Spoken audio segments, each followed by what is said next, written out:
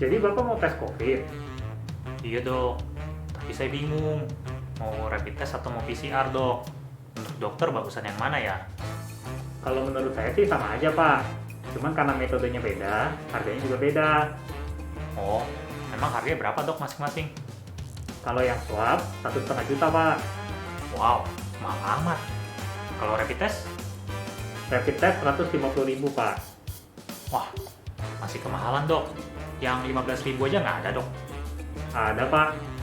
Wah, mau deh. Saya mau rapid test yang 15.000 aja. Yakin Pak? Kalau dites ke Bapak, saya yakin hasilnya negatif loh. Loh, kok gitu dok?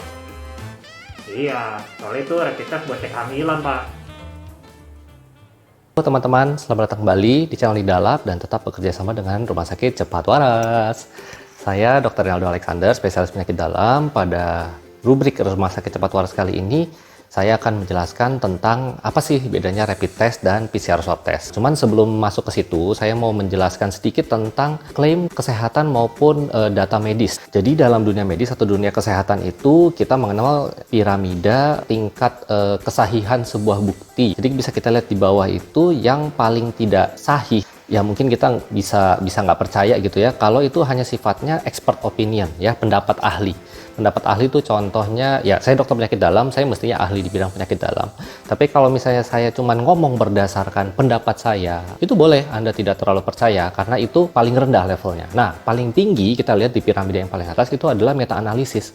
Meta-analisis itu adalah telaah dari beberapa penelitian randomized control trial, di mana randomized control trial itu udah penelitian yang bagus banget gitu ya, yang kualitasnya sangat terjamin, dan penelitiannya tuh susah dan sangat objektif. Nah itu bukan cuma satu, jadi ada banyak RCT ditelaah lalu disimpulkan jadi satu dengan metode dan perhitungan statistik tertentu. Itu yang disebut meta-analisis.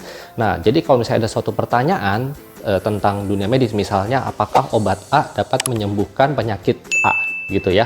Nah itu kalau misalnya sudah ada data meta-analisisnya ya, dan hasil meta-analisisnya menyatakan bahwa ini baik, nah itu baru deh bisa benar-benar kita percaya, karena sudah meta-analisis nih, itu ya bukti yang paling teratas tuh ya kita bisa percayai. Nah cuman kalau paling bawah pendapat ahli ya, apalagi nih udah bukan ahlinya atau ngaku-ngaku ahli ya, terus dia ngomong hanya berdasarkan anggapan dia atau logikanya dia saja, itu di dunia medis atau dunia kesehatan itu kita tidak pakai. Jadi sangat harus berhati-hati ya teman-teman dalam menanggapi broadcast WA atau misalnya testimoni tentang suatu produk kesehatan atau gimana.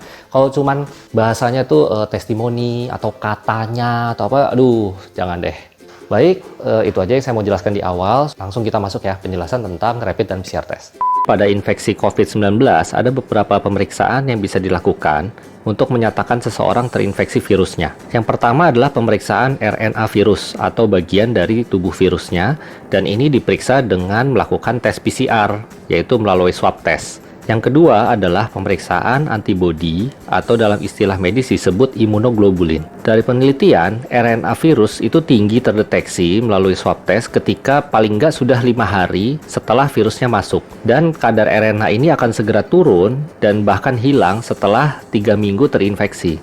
Sementara itu untuk imunoglobulin atau kekebalan tubuh ya pasca terinfeksi COVID ini mulai muncul paling cepat di hari ke-7 infeksi, yang munculnya itu dalam bentuk imunoglobulin M atau kita singkat IgM, dan kemudian nanti akan muncul kekebalan yang agak lebih panjang yaitu imunoglobulin G setelah kurang lebih 2 minggu infeksi.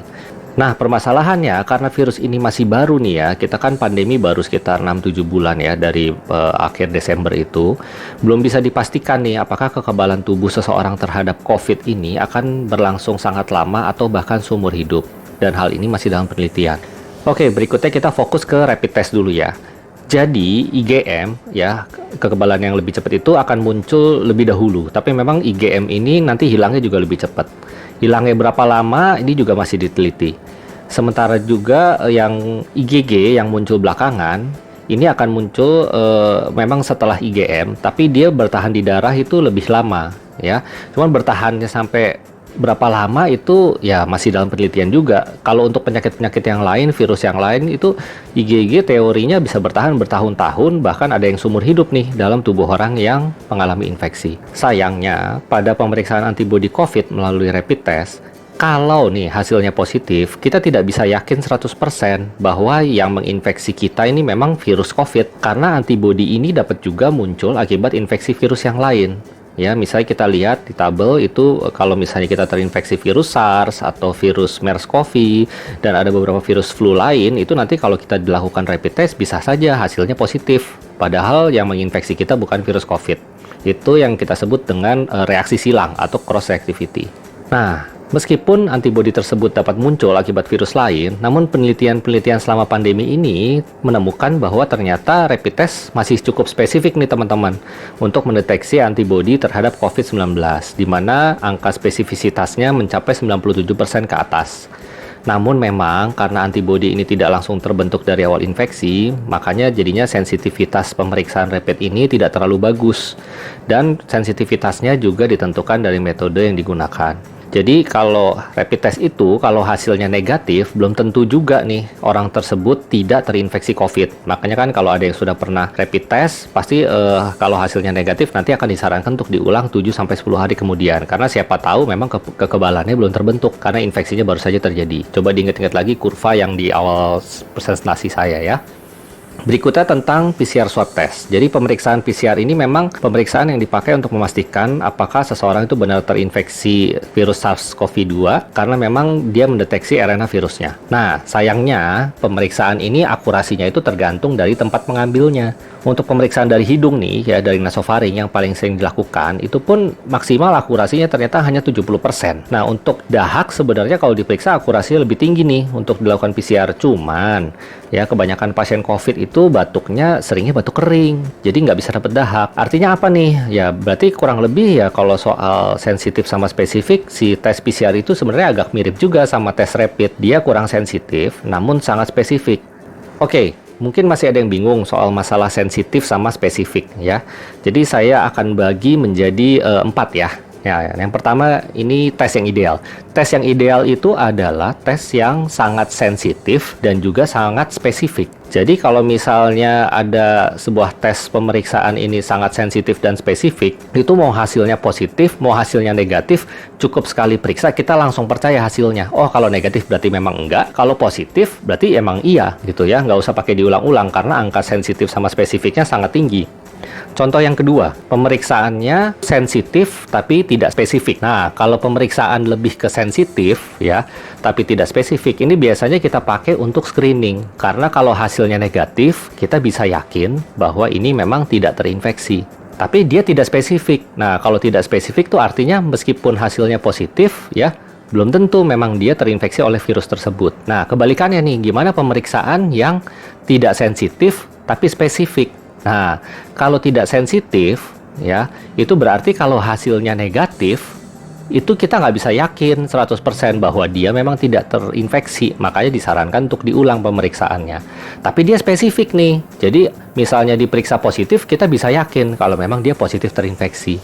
Nah, yang berada di kategori ini adalah yaitu rapid test dan juga PCR swab dari COVID. Makanya kalau misalnya hasilnya negatif, kita nggak bisa langsung percaya kalau ini beneran sudah tidak ada COVID-nya. Makanya disarankan untuk diulang. Tapi kalau positif, kita akan bisa langsung percaya nih, cukup sekali diperiksa, oh ini memang sudah ada COVID-nya.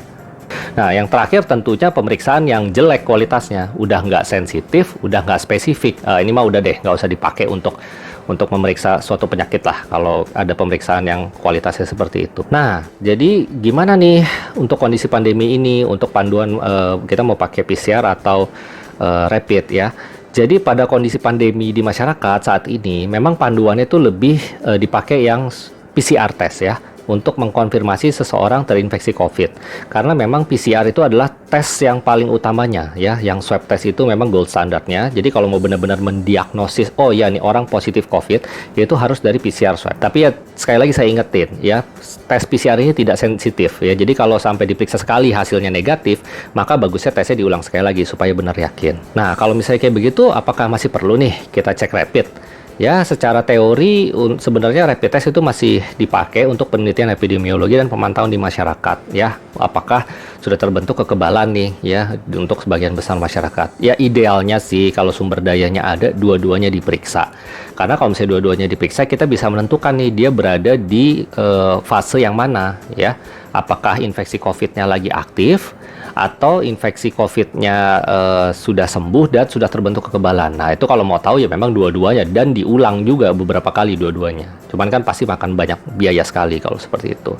Nah, untuk rapid test juga ya untuk di daerah-daerah yang tidak ada fasilitas untuk mengerjakan PCR swab, ya ini masih bisa tetap dipakai karena kan bagaimanapun juga ya masih ada nilainya juga. Andai kata positif berarti sudah terbentuk kekebalan terhadap COVID, berarti mengindikasikan memang sebelumnya dia pernah terinfeksi. Ya nanti kita tinggal tentuin aja dari gejalanya, orangnya masih bergejala apa enggak. Kalau masih bergejala mungkin dia masih bisa menyebarkan gitu. Tapi kalau misalnya bergejalanya udah lama banget nih, misalnya udah 2 minggu lalu, terus sekarang di rapid testnya positif, orangnya udah nggak ada keluhan apa-apa, ya mungkin COVID-nya sudah sembuh dan sekarang hanya tinggal kekebalan tubuhnya saja yang masih terdeteksi oleh si rapid test, gitu ya.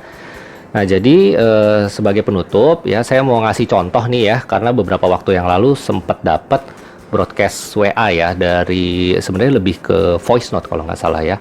Jadi ada seseorang yang memberikan testimoni dan dari testimoni tersebut dia menyimpulkan sendiri ya berdasarkan logikanya ya. Jadi ada temannya melakukan PCR swab ya dari yang difasilitasi oleh pemerintah karena ada klaster penularan gitu ya. Di swab yang pertama positif ya, terus dia tidak terima, terus dia ulang lagi di hari berikutnya. Dia bayar sendiri di rumah sakit swasta yang lain. Hasil yang kedua itu negatif. Jadi yang pertama positif, yang kedua negatif. Nah, berdasarkan penjelasan saya yang tadi ya, mestinya kita sudah bisa mengambil kesimpulan bahwa tes yang bisa dipercaya ya, yang kita bisa yakin adalah tes yang pertama yang hasilnya positif ya. Karena PCR maupun rapid itu ya sangat spesifik tapi tidak sensitif ya. Jadi kita bisa langsung percaya pada hasil PCR maupun rapid kalau dia hasilnya positif. Itu cukup sekali aja, nggak usah diulang-ulang sebenarnya.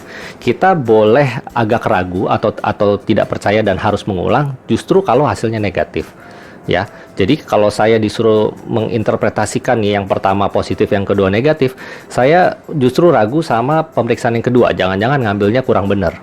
Gitu ya, karena pemeriksaannya hanya selang sehari kok bisa langsung negatif gitu kan. Tadi aturannya untuk tes yang tidak sensitif kalau hasilnya negatif harus diulang sekali lagi. Nah kalau dia mau benar-benar yakin mesti dites lagi tuh yang ketiga. Jangan begitu hasil negatif sekali terus dia lebih percaya hasil yang negatif. Ya memang pada dasarnya kan kita pengen mendapatkan hasil pemeriksaan yang membuat kita lega ya, membuat perasaan kita tenang gitu. Tapi jangan sampai kita terlena dan jadinya leganya lega semu gitu ya. Nah teman-teman, sudah saya jelaskan barusan apa bedanya rapid test, apa itu swab test, bagaimana cara kita menginterpretasi hasilnya. Semoga tidak ada lagi yang bingung dan bisa mengambil keputusan ya, apakah saya harus rapid test, apakah saya harus swab test. Dan andai kata hasilnya begini itu artinya apa? Sekian dulu, saya Dr. Renaldo undur diri ya. Semoga info ini bisa membantu. Sampai bertemu di episode Rumah Sakit Cepat Waras berikutnya. Bye-bye. Wah, Pak, hasil rapid test Bapak positif loh. Jadi maksudnya saya hamil? Kena COVID dok? Belum tentu Pak, untuk memastikannya kita swab ya. Tuh, swab kan mahal dok. Tenang Pak, di sini swab ada 2 macam. Yang satunya bayar, yang satunya lagi gratis. Oh ya udah, saya pilih yang bedanya apa dok? Yang bayar sama yang gratis dok? Kalau yang bayar, swabnya dari depan, pakai ini. Kalau yang gratis, swabnya dari belakang, pakai ini. Saya pilih yang bayar aja deh dok. Wow.